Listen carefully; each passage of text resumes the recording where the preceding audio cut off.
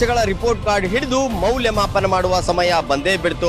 ಗೆದ್ದವರು ಸಾಧಿಸಿದ್ದೇನು, ಸೋತವರ ಕೋರಿಕೆಯೇನು, ಮತದಾರರ ಮಾತು ಮತ್ತವರ ಮನಸ್ಸಲ್ಲೇನಿದೆ?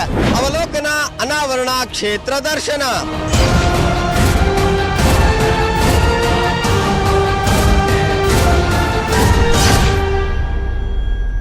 ಅಸೆಂಬ್ಲಿ ಅಖಾಡದ ಸಂಪೂರ್ಣ ಚಿತ್ರಣ ಬಿಂಬಿಸುವ ವಿಶೇಷ ಕಾರ್ಯಕ್ರಮ ಜನ ಮನ ಮತ. ಕಾರ್ಯಕ್ರಮಕ್ಕೆ ಸ್ವಾಗತ. ನಾನು ಅರುಣ್ ಕುಮಾರ್ ಕದಂ.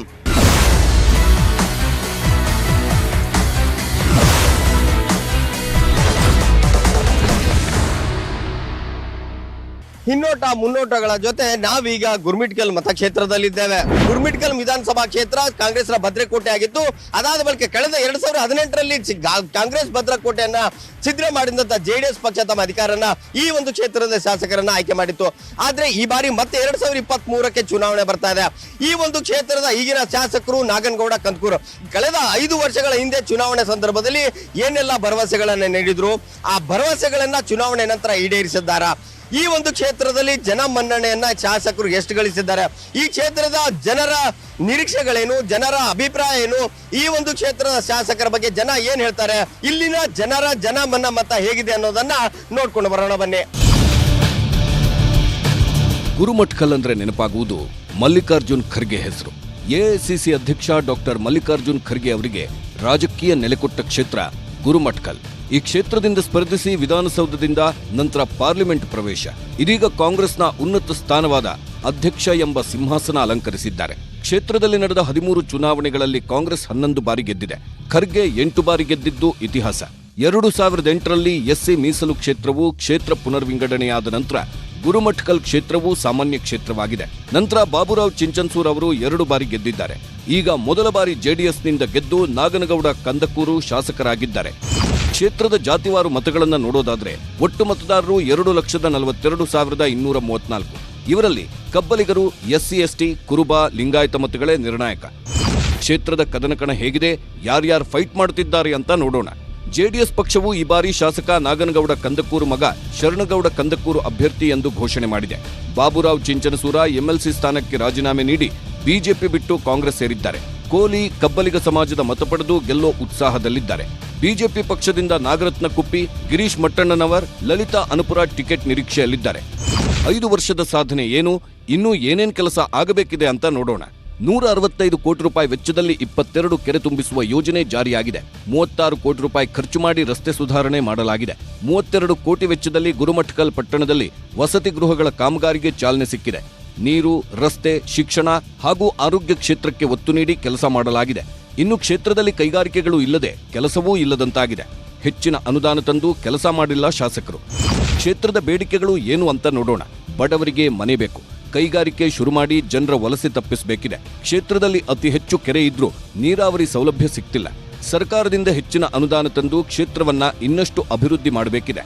ಈ ಎಲ್ಲ ಬೇಡಿಕೆಗಳೊಂದಿಗೆ ಗುರುಮಠಕಲ್ ಕ್ಷೇತ್ರದ ಜನ ಎಲೆಕ್ಷನ್ಗೆ ಸಜ್ಜಾಗ್ತಿದ್ದಾರೆ.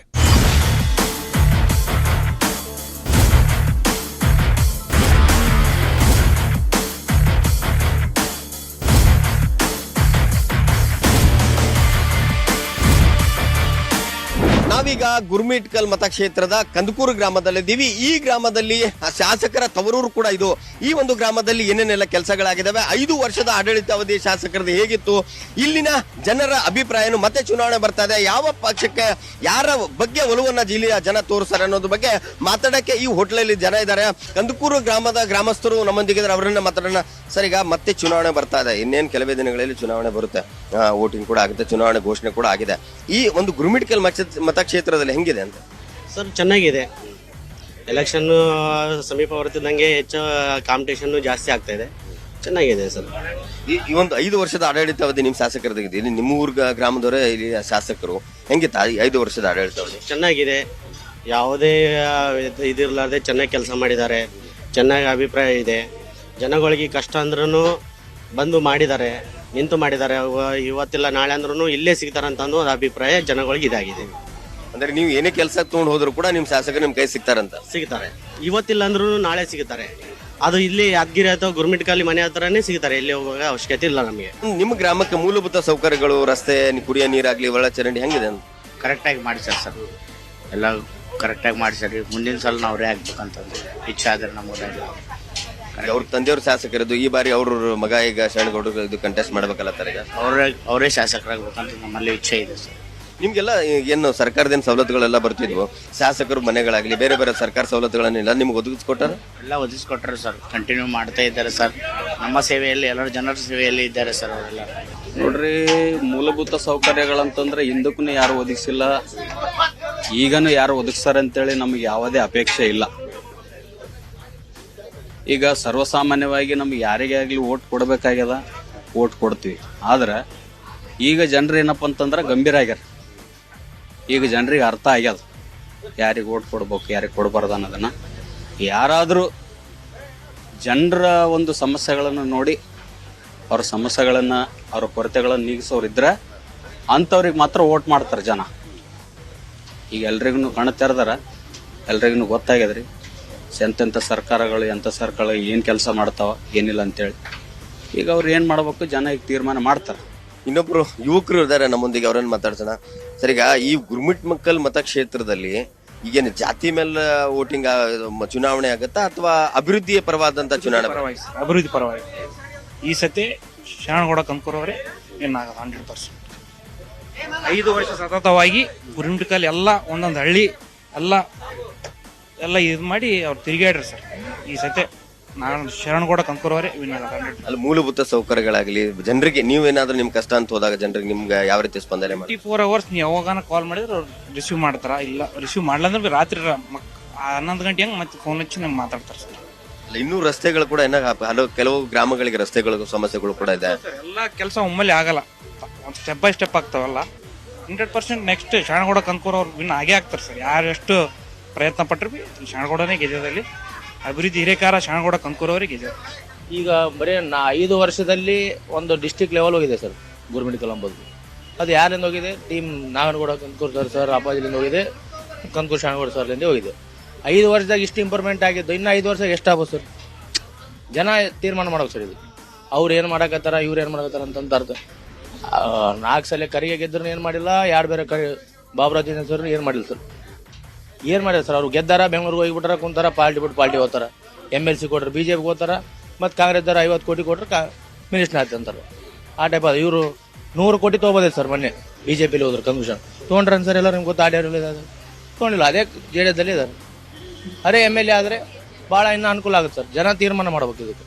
ಅವ್ರದ್ದು ದಿನನಿತ್ಯ ಆಫೀಸಲ್ಲಿ ಗುರುವಾರ ಗುರುಮಿಟ್ಕಲ್ ಸರ್, ಮಂಗಳವಾರ ಯಾದಗಿರಲ್ಲಿ ಆ ನಮ್ಮನೆ ಅಡ್ಡಾಡ್ತಾರೆ ಸರ್. ಎಲ್ಲ ಮನೆಗೆ ಹೋಗ್ತಾರೆ. ಪ್ರತಿಯೊಬ್ಬರು ಕಾರ್ಯಕರ್ತರು ಒಬ್ಬರು ಫೋನ್ ಮಾಡಿದ್ರೆ 12 ಗಂಟೆ ರಿಸೀವ್ ಮಾಡ್ತಾರೆ ಫೋನ್. ಯಾರು 12 ಗಂಟೆ ರಿಸೀವ್ ಮಾಡ್ತಾರೆ? ಬೆಂಗಳೂರು ಹೋದ್ರೆ ಭೇಟಿ ಆಗಲಿ ಹಿಂದಕ್ಕೆ. MLAಗಳು ಎಲ್ಲೇ ಚೆನ್ನಾಗಿಲ್ಲರಿ, ವಿಧಾನಸಭೆದಾಗ ಇರಲ್ಲ, ಎಲ್ಲಿರ್ತಾರೋ ಅವ್ರಿಗೆ ಗೊತ್ತು. ಈ ಸಿಟಿಯಲ್ಲಿ ಇಷ್ಟು ಅಡ್ಡಾಡತ್ತ ವ್ಯಕ್ತಿ ಬೇಕಲ್ಲ ಸರ್ ಒಬ್ಬರು ನಾಯಕರು. ಅದೆಲ್ಲ ನಾರಣಕ್ಕೆ ಶರಣಗೌಡ ಕಂಕೂರವರು ಸೀಮಿತಿಗೆ ಆದ್ರೆ ಕಂಕೂರಲ್ಲಿ. ಈಗ ಮತ್ತೆ ಚುನಾವಣೆ ಬರ್ತದೆ ಬ್ರದರ್. ಈಗ ಏನು ಆಯ್ತು, ಇನ್ನೊಂದು ಚುನಾವಣೆ ಘೋಷಣೆ ಆಗಿದೆ, ವೋಟಿಂಗ್ ಬರ್ತದ. ಯಾವ ರೀತಿ ಜನನಾಯಕ ನಿಮ್ಗೆ ಬೇಕು ಅಂತ?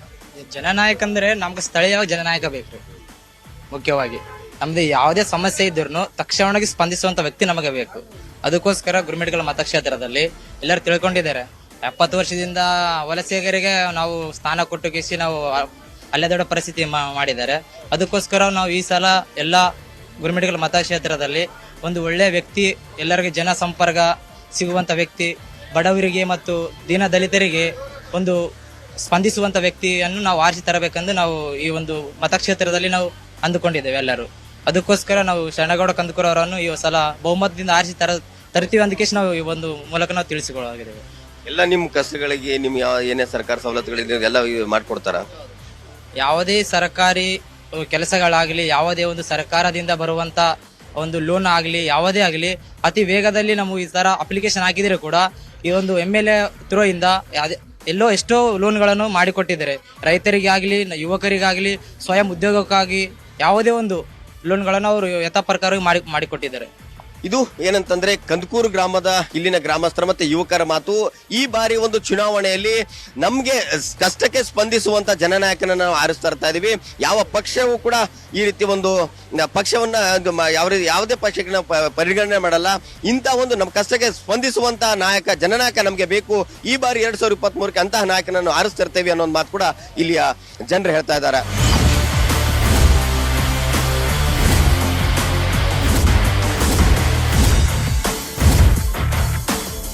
ನಾವೀಗ ಗುರ್ಮಿಟ್ಕಲ್ ಮತಕ್ಷೇತ್ರದ ಅಂಬಿಗರ ಚೌಡಯ್ಯ ವೃತ್ತದಲ್ಲಿದ್ದೀವಿ. ಇಲ್ಲಿಯ ಜನರ ಅಭಿಮತ ಏನು, ಇಲ್ಲಿನ 5 ವರ್ಷಗಳ ಆಡಳಿತಾವಧಿಯಲ್ಲಿ ಈ ಒಂದು ಗುರ್ಮಿಟ್ಕಲ್ ಮತಕ್ಷೇತ್ರ ಏನೆಲ್ಲ ಅಭಿವೃದ್ಧಿ ಕಂಡಿದೆ, ಇನ್ನೂ ಏನೆಲ್ಲ ಅಭಿವೃದ್ಧಿ ಆಗಬೇಕು ಅನ್ನೋದ್ರ ಬಗ್ಗೆ ಮಾತಾಡಕ್ಕೆ ಇಲ್ಲಿಯ ಜನರು ಕೂಡ ನಮ್ಮೊಂದಿಗಿದ್ದಾರೆ. ಅವರನ್ನ ಮಾತಾಡ್ಸೋಣ.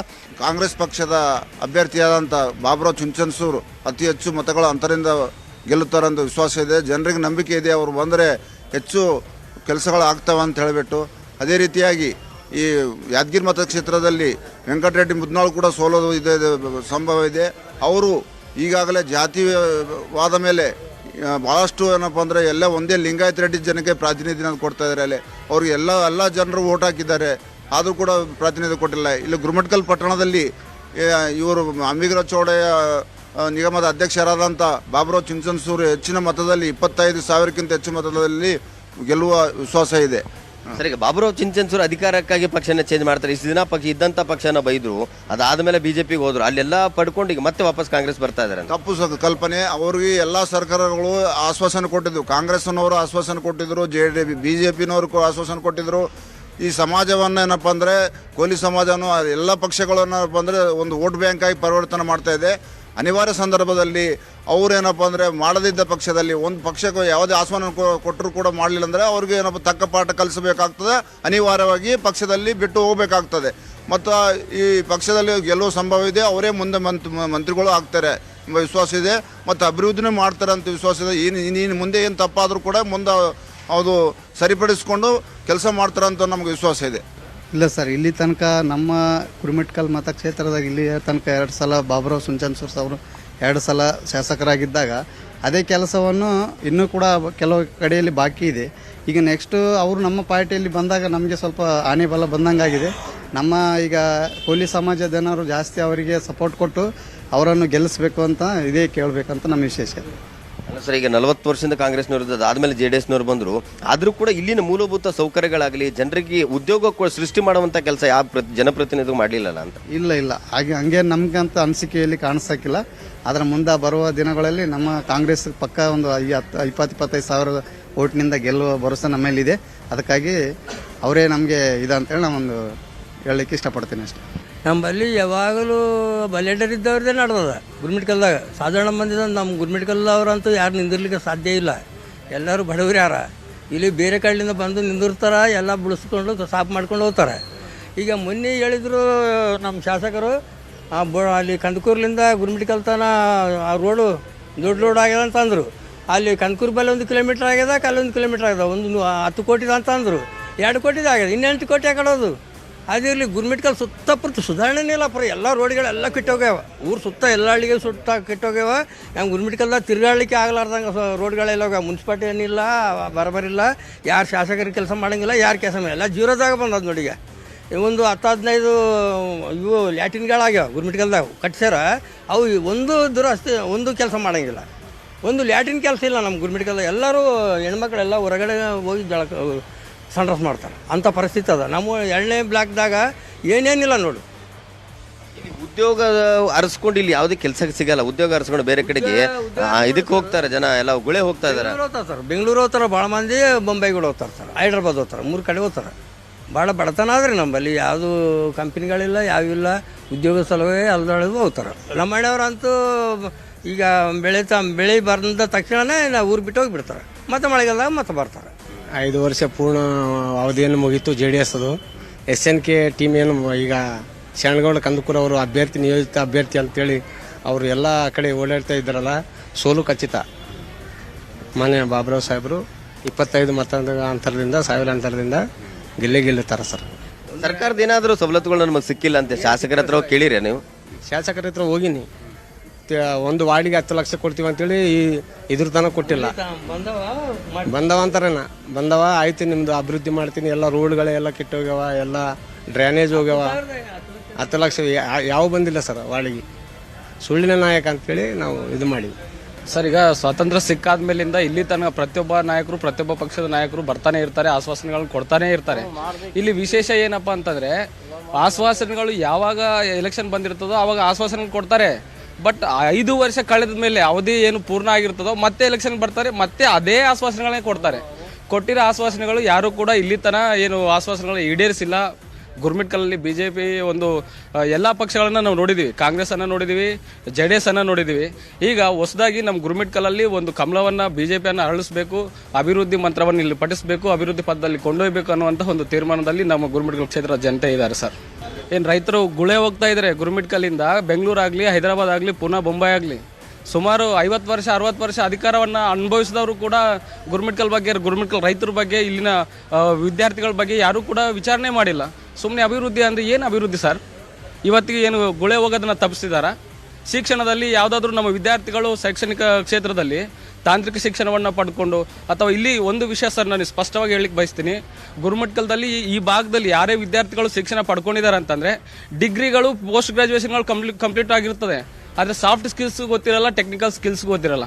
ನಾವು ಡಿಗ್ರಿ ಮಾಡಿಕೊಂಡು ಪುನಃ ಬೊಂಬೈ, ಬೆಂಗಳೂರು, ಹೈದರಾಬಾದ್ ಹೋದರೆ ಜಾಬು ಸಹ ಕೊಡೋದು ಸರ್, ಒಂದು ಪ್ಯೂನ್ ಅಟೆಂಡರ್ ಪೋಸ್ಟು ಸಿಗಲ್ಲ ನಮಗೆ. ಇದು ನಮ್ಮ ಗುರುಮಿಟ್ಕಲ್ಗೆ ಕೊಟ್ಟಿರ್ತಕ್ಕಂಥ ಕೊಡುಗೆ, ಕಾಂಗ್ರೆಸ್ ಆಗಲಿ, ಈಗ ಪ್ರೆಸೆಂಟ್ JDS ಆಗಲಿ. ಈ ನಾಯಕರ ಒಂದು ಅಭಿವೃದ್ಧಿ ಸುಮ್ಮನೆ ಹೆಸರಿಗೆ ಅಭಿವೃದ್ಧಿ ಅಂತಂದರೆ ನಮ್ಮ ರೈತರು ಇವತ್ತು ಗುಳೆ ಹೋಗೋದನ್ನು ತಪ್ಪಿಸ್ಲಿಕ್ಕೆ ಏನು ಮಾರ್ಗಗಳನ್ನು ಕಂಡುಹಿಡಿದಾರೆ, ಏನು ಉಪಯೋಗ ನಮಗೆ? ನಮ್ಮ ಡಾಕ್ಟರ್ ಮಲ್ಲಿಕಾರ್ಜುನ್ ಖರ್ಗೆಜಿ ಈಗ ದೇಶದ ASC ಅಧ್ಯಕ್ಷರಾಗಿದ್ದಾರಲ್ಲ, ಅವ್ರ ಬಗ್ಗೆ ಹೇಳಬೇಕಂದ್ರೆ ಸಾಕಷ್ಟುಗಳು ಇದ್ದಾವೆ. ಗುರ್ಮಿಟ್ಕಲ್ ಅಭಿವೃದ್ಧಿ ಆಗೋಕ್ಕೆ ಒಂದು ಮೂಲಭೂತ ಸವಲತ್ತುಗಳನ್ನು ಭಾಳಷ್ಟು ಮಾಡಿದ್ದಾರೆ. ಗುರ್ಮಿಟ್ಕಲಲ್ಲಿ ಮೊದಲು 50 ವರ್ಷಗಳಲ್ಲಿ ಏನು ಆಗಿಲ್ಲ ಅಂತ ಹೇಳ್ತಾ ಇದ್ರಲ್ಲ, ಅದಕ್ಕಿಂತ 10-100 ಪಟ್ಟು ಹೆಚ್ಚಿನ ಕೆಲಸಗಳು ಆಗಿದ್ದಾವೆ. ಯಾಕಂತ ಹೇಳ್ಬೋದು, ಆಗಿನ ಕಾಲದಲ್ಲಿ ಯಾವಾಗ ಡಾಕ್ಟರ್ ಮಲ್ಲಿಕಾರ್ಜುನ್ ಖರ್ಗೆಜಿ ಸಾಹೇಬರು ಅವತ್ತು ಏನು ಮಲ್ಲಿಕಾರ್ಜುನ್ ಖರ್ಗೆ MLA ಆಗಿದ್ದರು ಫಸ್ಟ್ ಸಾರಿ, ಅವಾಗ ಒಂದು ಸೂಜಿ ಸಹಿತ ಇರಲಿಲ್ಲ. ಕಾಂಗ್ರೆಸ್ ಸರ್ಕಾರ ಬಂದ ಮೇಲೆ ಇವತ್ತು ಯಾವ ಟೆಕ್ನಾಲಜಿಗಳು ಬಂದಿದ್ದಾವೆ, ಏನೇನುಗಳು ಬಂದಿದ್ದಾವೆ ಅಂತ ಎಲ್ಲರಿಗೂ ಗೊತ್ತು. ಗುರ್ಮಿಟ್ಕಲಲ್ಲಿ ಅಭಿವೃದ್ಧಿ ಆಗಬೇಕಂದ್ರೆ ಗುರ್ಮಿಟ್ಕಲ್ ಮೊದಲು ಹಳ್ಳಿ ಇತ್ತು, ಇವತ್ತು ತಾಲೂಕದಲ್ಲೇ ಆಗಿದೆ. ಕಾಲೇಜ್ಗಳಲ್ಲಾಗಲಿ, ಹಾಸ್ಟೆಲ್ಗಳಾಗಲಿ, ಮತ್ತು ಇಲ್ಲ ಸೈದಾಪುರಲ್ಲಿ ದೊಡ್ಡ ಕಾರ್ಯಕ್ರಮವನ್ನು ಮಾಡಿದ್ದಾರೆ ಕಾಂಗ್ರೆಸ್ ನಮ್ಮ ಡಾಕ್ಟರ್ ಮಲ್ಲಿಕಾರ್ಜುನ್ ಖರ್ಗೆಜಿಯವರು. ಬೋಗಿಗಳ ಕೆಲಸಗಳನ್ನು ಅದು ಒಳ್ಳೆ ರೀತಿಯಿಂದ ಅದು ಮಾಡಿದ್ದಾರೆ, ತಮ್ಮದು ಮಾಡಿದ್ದಾರೆ. ಅದೇ 100 ಎಕರೆಗಳನ್ನು ಖರ್ಗೆ ಸಾಹೇಬರು ಕೊಟ್ಟಿರುವ ಕೊಡುಗೆ ಅದು. ಅದಕ್ಕೆ ಮುಂದುವರ್ಸೋಕ್ಕೂ BJPಗಳಿಗೆ ಆಗಲಿಲ್ಲ, ಬಂದು ಶಾಸಕರಿಗೆ ಮುಂದುವರ್ಸೋಕ್ಕೆ ಆಗಲಿಲ್ಲ. ಗುರ್ಮಿಟ್ಕಲಲ್ಲಿ ಮಾಡಿರೋ ಅಭಿವೃದ್ಧಿಗಳ ಬಗ್ಗೆ ಹೇಳಿದ್ಬೇಕಂದ್ರೆ ದಿನ ಸಾಲಲ್ಲ, ರಾತ್ರಿ ಸಾಲಲ್ಲ, ಯಾವುದೂ ಸಾಲಲ್ಲ. ಮತ್ತೆ ಬರೋ ದಿನಗಳಲ್ಲಿ ಮತ್ತೊಮ್ಮೆ ಅವರು ಖರ್ಗೆ ಸಾಹೇಬರು ಗುರ್ಮಿಟ್ಕಲ್ಗೆ ಬರ್ತಾರೆ, ಗೆಲ್ತಾರೆ. ಮತ್ತು ನಮ್ಮ ಗುರ್ಮಿಟ್ಕಲ್ ಒಂದು ಅಭಿವೃದ್ಧಿಯ ಒಂದು ಹೆಸರು ಅಂತ ನಾವು ಹೇಳ್ಕೋಬೋದು. ಅದು ಒಂದು ಡೆವಲಪ್ಮೆಂಟ್ ಆಗುತ್ತೆ. ಬರೋ ದಿನಗಳಲ್ಲಿ ಮತ್ತೆ ಕಾಂಗ್ರೆಸ್ ಭದ್ರಕೋಟೆ ಆಗುತ್ತೆ ಅಂತ ನಾನು ಹೇಳೋದು ಅಭಿಪ್ರಾಯ ಪಡ್ತೇನೆ.